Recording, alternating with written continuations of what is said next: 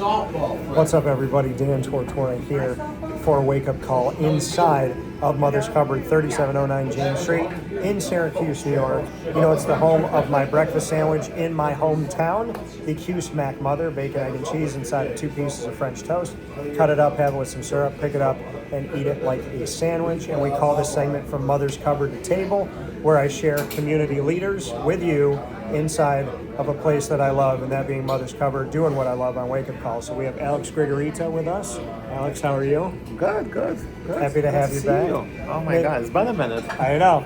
Griggs and I used to hang out all the time, so now we're trying to get back on that schedule. But you finally got to try my Cuse MacMother breakfast sandwich here at Mother's Cupboard. What do you think? It was delicious. Yes, I did expect great, but I didn't expect like extremely good, so it was good. I'm surprised, that you have those senses, that you have the talent, to put something nice like this together, So. Always a backhanded compliment. Never a compliment. Always a backhanded compliment. So, you and I met through the world of soccer. We are less than 100 days from the Men's World Cup, and I am extremely impatient. I don't want time to go by fast, but I also want to watch the World Cup because I love when all of these countries converge in one place and fight against each other. So, what are you most looking forward to? I'm hoping that this event, this World Cup, has exactly the same effect on soccer in other states like the one in 1994, when literally entire country gets into soccer, learns about. Back in the day, they learn about the game. Yeah. Now I think, and I hope, it's time to get us to the next level. It's time to get the sport to the next level, where it's not only it develops the professional leagues, the semi-professional leagues, but it also goes back to the grassroots, and more kids, choose to play the game. That's what I truly hope it does for us and for our soccer community here in the United States. Yeah, you say you hope that the World Cup, because that's when people watch, right? Whenever America's fighting for something, that's when people that are not typically fans of a sport will jump in. We see it with the Winter Olympics, the Summer Olympics. We see it with the World Baseball Classic going on right now. And, we'll see it with the World Cup. So do you have, I know you pay close attention to soccer in general, men's and women's, are there countries that you feel like are ripe to take this World Cup in 2026? It's going to be very interesting because we do have several countries that think they're entitled, right? So you have your Brazil, you have your Argentina, who is defending champ, right? But then you have some ambitious countries from Europe, France, Germany, Spain, right? So Italy. Okay, maybe. You don't think Italy's going to be good this year? If they make it. So there's going to be interesting because this is also the last World Cup from legends like Lionel Messi or Cristiano Ronaldo, right? So they certainly want to go and retire and at their peak, right? But you also have some younger players, that are still yet to make a name for themselves, right? You have some players in Spain, you have players in France, right? That you have some German young talents, that are upcoming. So it's going to be almost like a battle of generations, and who can show up and do well at a certain day, the certain game, I think will win. I don't think there is a clear favorite this year. I think everyone has really equal and similar chances, So I think it's going to be a very exciting tournament to watch. Well, I mean, you brought up Spain. Spain, and part of my heritage goes back there. I have family in Spain still. And I didn't forget that. I know. And so I've been spoiled to watch Spain win the World Cup in 2010, and I've also seen them win a bunch of Euros. Where do you think Spain's national team is at right now? I think certainly probably top one, and I say top because they have a fantastic mix between talent and experience, right? So those are young players in their early 20s that have so much experience and so much talent already. I love their coach. It's one of those coaches who is very systematic about his approach and how he builds the team, how he builds the structure of the game. We can say it's influenced by a certain club, No, it truly doesn't. It has its own identity, and that's what's exciting to watch about Spain. I think it's certainly, if nothing else, they are probably in top 4 for me. He's probably top 3. And who else would be in that top 3 for you right now? Certainly France. So France will be. It's a consistent team who's been consistently, showing great results over the several tournaments. And believe it or not, my other 2 will be your typical Brazil and Argentina.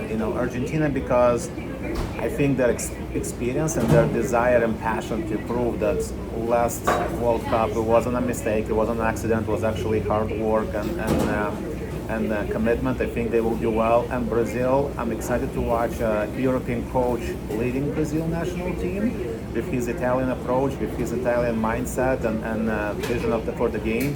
It's really exciting to see how it matches, Brazilian talent, Brazilian players with European Italian approach, and that kind of tactical and thoughtful, system of playing, So that's going to be probably something certainly unique or something unseen before. So, if Brazil were to win, can we give credit to Italy? Partial.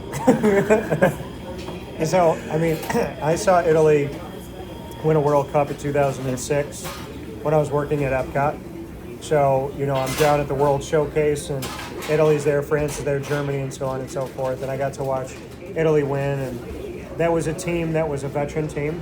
And after that, it was kind of like, okay, what are they going to do after this with guys that are going to step away from the game? And then during COVID, they won a Euro. But outside of that, it's been kind of like since 2006, assembling a lot of youth that can grow and have longevity and have a lot of years and put together another fantastic national team for not one trip but multiple trips to the World Cup. Where do you feel like Italy's at right now? Are they still reeling from having that incredible team in 2006, 20 years later? I think the issue is that somewhere along the way something got lost, right? Something got lost in generational exchange, right? And some more players coming, behind and replacing the old experienced players. If you look at the Italian clubs, and every single top club, Italian players are almost like in the secondary roles. They're not the leaders. They're not the leaders of the team, right? They kind of there. They're good, solid players, but they're not leading their teams, And I think that certainly has a huge influence over the national team as well. So I think there needs to be a little bit restructuring, and a new generation of players, whatever comes behind, will have a better chance. But for now, I just don't see it. Where does the United States of America fall? I think we're going to be one of that unpleasant surprise. I can guarantee you nobody is looking forward to play us. Why? Because they don't know what to expect. If you look over the several games the United States played, right? So the coaching staff try different players, try different systems, try different approaches, right? Some different structures, just to understand. And I commend them for doing that. Despite the results, winning or losing, now is the time to try. And for them was very important to learn and to get to know the team, get to know the players. So when the time comes, they know exactly what the game plan is, what the approach is. And I can tell you for sure, nobody wants to play United States because they don't know what to expect. We have the talent, we have the youth, we have the passion, we have the excitement, and most important, I believe we have the coaching staff behind to guide us and to show us the way to win. Do they have the right management in place? Yeah, no doubt about it. I think we see that the national team was kind of left not so much alone, but there is a lot of trust, into the leadership and to the management in order to do what they think that needs to be done. What are the things about the World Cup that maybe a typical person that's not a longtime soccer coach like yourself, you're working with Fayetteville Manlius, you've won a national championship, you've played, soccer's been a part of pretty much your entire life, and you've had a lot of success overseeing a team, recruiting, and putting a squad together, dealing with youth, dealing with young adults that are becoming, adults in society. So what are some things that maybe an average fan who doesn't know a lot about soccer, when you think about the World Cup, what are some maybe intangibles or things that you think about that other people wouldn't? obviously I watch soccer a little bit different, right? I can't anymore watch soccer like a fan, when it's a lot of passion, a lot of excitement, and you're just looking at winning or losing so your team wins, right? I'm kind of a little bit more like a 3D approach, right? I'm trying to see how the teams are structured, how they're building out, how they're attacking, how they're defending, But I think for us, for any fan who would like to explore and enjoy, I would say really, really enjoy the moment of this international community coming together in one place. Well, in our case, it's going to be 3 places, right? 3 different countries, and really celebrating the game of millions and millions of people, right? Let's not forget, let's not take it for granted, because who knows when's going to be the next World Cup here in the States, right? Last time was in 1994, 2026, right? That's a long time. That's almost like a generation, a whole generation. So for us, I think we just should enjoy, embrace the moment, live it through, accept this international community, and really, really enjoy every single minute and every single day of this wonderful tournament and great game. Yeah, the World Cup of 2026 on the men's side taking place in the North American continent, including Canada, the United States of America, and Mexico. What does that mean to you?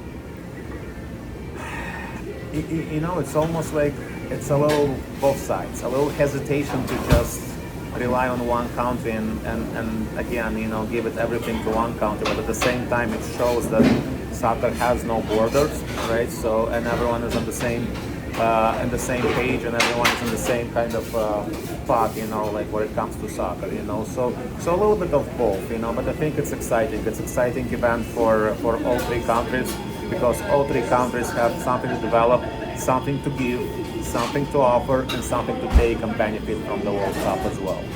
Yeah, and it's going to be an amazing time. I've been in places where some of the games are going to be played, and they've been promoting it. When they have other events going on, they're like, hey, don't forget, this is what's coming up in 2026. So very excited for the World Cup, and every time it's around, we got to enjoy it, because I miss it like crazy when it's not around. So I want to give you the final word here, Alex, on as we look at this World Cup and we look at all of these countries converging on North America in just a little bit of time from now.